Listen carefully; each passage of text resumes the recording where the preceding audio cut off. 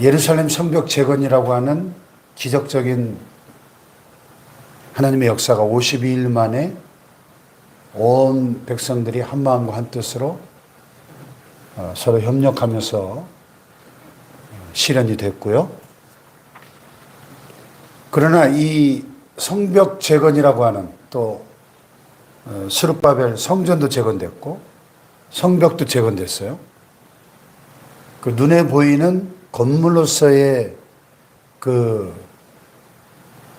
소위 하드웨어는 완성이 됐는데 더 중요한 소프트웨어가 이 내면에 이 백성들의 마음속에 무너져 있는 하나님과의 그 언약 관계, 이스라엘은 하나님과의 시내산에서부터 맺은 그 언약 백성인데 그 언약 관계가 온전히 회복되지 못한 상태였던 거죠. 그래서 하드웨어는 완성되었지만 소프트웨어가 아직 완성되지 못한 상태에서 일어난 부흥은 이 성벽 완공이 성전 완성과 성벽 완공이 영적 회복으로 이어지는 모습을 우리에게 보여주고 있는 거죠. 오늘날도 마찬가지입니다. 교회는 건물이 아니고 결국 하나님의 백성들의 모임, 구원받은 성도들의 모임이 교회이기 때문에 건물도 참 중요하지만 눈으로 보이는 건물로서의 이 성전도 참 귀한 것이지만은 그러나 그 안에 모여 있는 구원받은 하나님의 백성들의 이 한 사람 한 사람의 우리의 그 심령이 곧 성전인 거죠. 우리의 심령. 그런데 하나님의 백성들의 그 심령의 성전들이 지금 무너져 있는 거예요. 너무나 오랫동안 나라가 BC 586년에 망하고 거의 한 140년 만에 황폐해진 성전과 성벽이 다 이렇게 완공은 됐지만 여전히 그들의 심령은 황폐하고 공허한 상태로 방치되어 있는 거죠. 그래서 일곱째 달 7월 1일이 이스라엘 그 달력으로 새해죠. 나팔절이라고 하는데 새해가 되면 이스라엘 백성들은 나팔을 붑니다. 뚜 하고 나팔을 불면 온 회중들이 모여서 새해를 기쁨으로 맞이하는 거죠. 근데 이날은 좀 달랐어요. 모든 백성이 일제히 수문학 광장에 모여가지고 학사 에스라, 느헤미야와 동시대에 탁월한 그 쌍벽을 이루는 영적 지도자죠. 제사장 겸 율법 학사였던 에스라가 여호와께서 이스라엘 명령하신 모세율법책 토라라 그러죠. 토라, 모세오경, 창세기, 출애굽기, 레위기, 민수기, 신명기 모세오경을 가져오기를 청하고 그래서 남녀노소 모든 회중들이 그 수문함 넓은 광장에 다 모인 겁니다. 뭐 우리로 말하면 여의도 광장 같은 그런 곳에 지금 수천 수만 명의 회중들이 모여서 수문학 광장에서 새벽부터 정오까지 그러니까 거의 한 해 뜨는 시각인 아침 6시부터 12시까지 6시간 동안 말씀 성회를 하는 거예요. 말씀 성회. 남자나 여자나 알아들을 만한 모든 사람 앞에서 읽음해. 그러니까 창세기부터 신명기까지 쭉 낭독을 하려면 한 6시간 걸릴 거 아닙니까? 전체를. 그때 이제 학사 에스라가 특별히 지은 나무 강단에 서서 쭉 모세율법책을 낭독을 하고 에스라가 모든 백성 위에 서서 그들 목전에 책을 펼 때 이 두루마리, 이렇게 그 양피지, 파피루스에 기록한 둘둘둘둘 마른 두루마리에 기록을 했지 않습니까? 두루마리를 쫙 펴니까 두루마리 성경책을 펼 때 모든 백성이 일어났다. 이 하나님의 말씀 앞에 경외하는 마음으로. 그래서 미국 교회를 가보면 예배 시간에 성경 봉독할 때 다 일어납니다. 앉아있다가. 이 8장 5절에 근거한 거예요. 성경적인 예배의 모습이죠. 어떻게 보면. 하나님 말씀 앞에 우리가 어떻게 건방지게 앉아서 듣냐. 자, 우리 다 하나님 말씀 앞에 응답하는 마음으로 다 일어섭시다. 이렇게 말해요. 그리고 성경 봉독할 때 다 일어납니다. 쭉 하나님 말씀을 봉독하고 끝나면 또 앉고 이렇게. 자, 지금으로부터 2500년 전 이스라엘 백성들의 예배의 모습이죠. 에스라가 위대하신 하나님 여호와를 송축하며 모든 백성이 손을 들고 아멘, 아멘 응답하고 그 다음에 몸을 굽혀 얼굴을 땅에 대고 여호와께 경배했다. 이게 어떻게 보면 예배의 오리지널 원조의 장면이죠. 그렇죠? 예배는 어떻게 해야 되느냐. 이렇게 위대하신 하나님 여호와를 송축하고 모든 백성이 아멘, 아멘 하고 두 손을 들고 응답하고 또 몸을 굽혀 얼굴을 땅에 대고 여호와께 경배하는 이게 진정한 예배의 모습이에요. 어떻게 하나님 앞에. 네. 그래서 어떤 분은 그러더라고요. 우리 한국교회 영성이 이 장의자가 들어오기 시작하면서부터 약해졌다. 옛날 저도 기억나는데 어렸을 때만 해도 예배당들이 다 마룻바닥이었어요. 그렇죠? 우리 제가 중학교, 고등학교 때까지만 해도 마룻바닥으로 된 예배당들이 많았어요. 그 방석 놓고 쫙 무릎 꿇고 앉아서 그렇게 예배 드렸던 기억이 나는데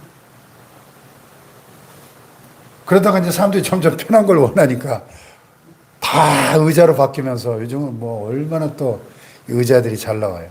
너무 편하니까 이 예배 영성이, 이 기도 영성이 약해졌다.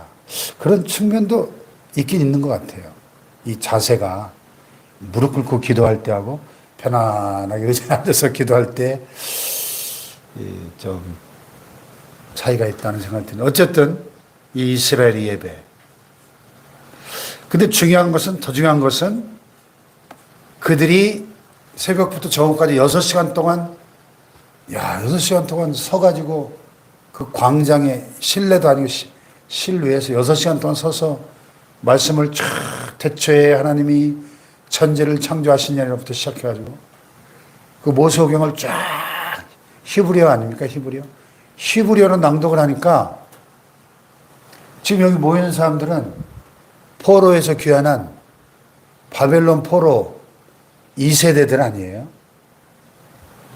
물론 뭐 8, 90 넘은 노인들 중에는 히브리어를 알아듣는 사람도 있지만은 대부분은 히브리어를 뭐 유대인의 교육이 워낙 대단하니까 배우긴 배웠어도 잘 모르는 사람들이 많았던 거예요. 그러니까 이 레위 사람들이 중간중간에 그 백성들이 서 있는 그 중간중간에서 그들에게 저 낭독하는 지금 율법의 말씀의 의미를 설명해 주는 거예요. 하나님 율법책을 낭독하고 그 뜻을 해석해서 백성에게 그 낭독하는 것을 다 깨닫게 했다. 오늘날로 말하면 설교가 그거죠. 하나님 말씀의 그 의미를 깨닫게 하고 오늘 우리의 삶에 적용시키는 거. 이게 설교거든요. 그랬더니 백성들이 어떻게 했어요? 율법의 말씀을 듣고 다 우는지라 그랬어요. 왜 울었을까요? 하나님 말씀을 깨닫고 보니까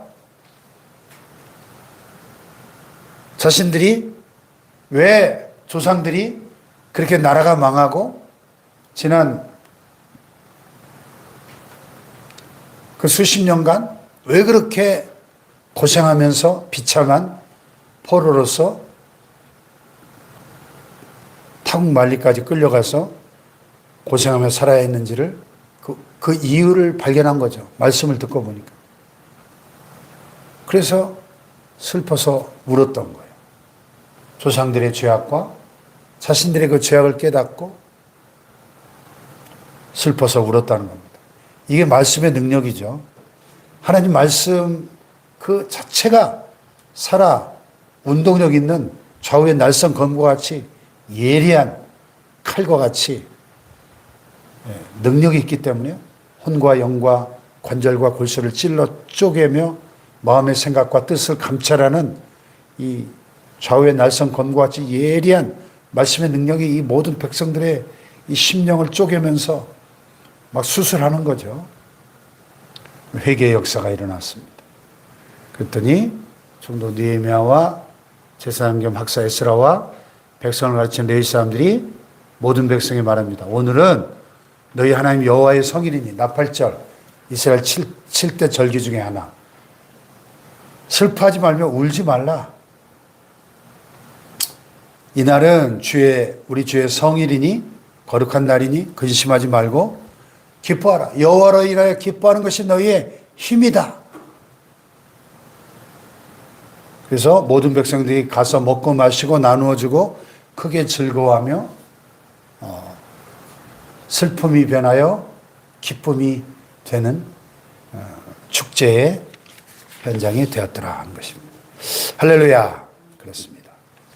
예, 우리가 이 수문학 광장의 부흥에서 진정한 예배의 본질을 깨닫게 돼요. 진정한 예배는 뭐 컨템퍼러리 워십, CCM을 많이 불러야 된다. 막 드럼을 치고 온갖 악기를 동원해서 웅장하게 해야 된다. 뭐 사도신경을 해야 된다. 주기도문을 해야 된다. 뭐 형식도 중요하지만 더 중요한 본질은 뭐죠? 하나님의 말씀의 회복이에요. 말씀의 회복. 이스라엘 백성들이 말씀을 깨닫고 자신들의 잘못을 깨닫고 눈물을 흘리며 회개하고 하나님과 무너져 있던 관계가 회복되니까 진정한 기쁨이 모든 백성들의 마음속에 여호와로 인하여 기뻐하는 것이 너의 힘이니라. 하나님을 기뻐하고 거기서 하나님이 주시는 힘과 위로와 격려를 얻고 축제로 변화되었다. 이게 예배죠, 예배. 할렐루야. 말씀을 사모하고 기쁨을 회복하는 공동체.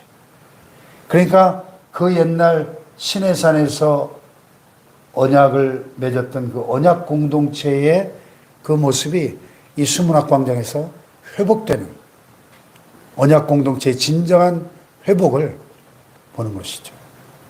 성전이 재건되고 성벽이 재건되는 것도 너무나 역사적인 사건이었지만 어떻게 보면 이 8장, 9장, 10장의 이 수문학 광장의 영적 회복이 더 중요한 이 느헤미야서의 어떻게 보면 결론이라고도 볼 수 있는 거죠. 느헤미야서가 기록된 그 결론적인 사건이 바로 수문학 광장의 부흥입니다. 오늘 시대에도 이 수문학 광장의 부흥과 같은 이런 영적 회복과 진정한 예배의 본질을 회복하는 운동이 우리 한국교회에 필요한 줄로 믿습니다. 예, 한국교회가 이렇게 요즘 다녀보면 참 웅장하고 화려하고 멋진 예배당들이 얼마나 많이 생겼습니까? 과거 30년, 40년 전하고 비교해 볼 때 한국교회가 이 하드웨어가 얼마나 좋아졌어요?